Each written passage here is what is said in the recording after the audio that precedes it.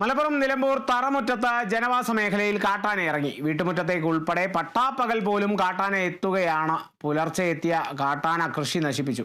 50-ലേറെ കുടുംബങ്ങൾ താമസിക്കുന്ന പ്രദേശത്ത് കാട്ടാന ഇറങ്ങുന്നതിന്റെ ഭീതിയിലാണ് നാട്ടുകാർ. പട്ടാപ്പകൽ പോലും കാട്ടാന എത്തുന്നുണ്ടെന്ന് നാട്ടുകാർ പറഞ്ഞു.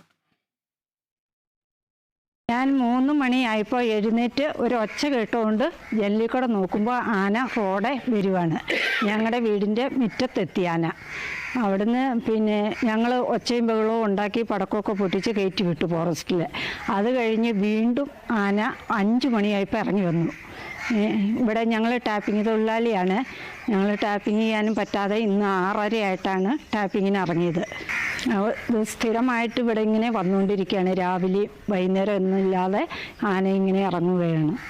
ആന വന്ന് ഇന്നലെ രാത്രിക്ക് ഒച്ചയും വിളിയായാലും ഇങ്ങനെ ആരും ഈ നാട്ടിലുള്ള ഒരു മനുഷ്യനും ഇന്നലെ ഉറങ്ങിയിട്ടില്ല. പേടിച്ചിട്ട് പുറത്തോട്ട് ഇറങ്ങാവോ. 3 മണിക്ക് 3:30ക്കും 4 മണിക്കൊക്കെ വെട്ടാൻ പോകുന്ന ആൾക്കാർ ഇന്ന് വെട്ടാതെ എല്ലാവരും വീട്ടിലിരിക്കുക. വീട് പട്ടിണിയാവും ഈ കണക്കിന് ആനയുടെ ശല്യം തുടങ്ങിയാൽ.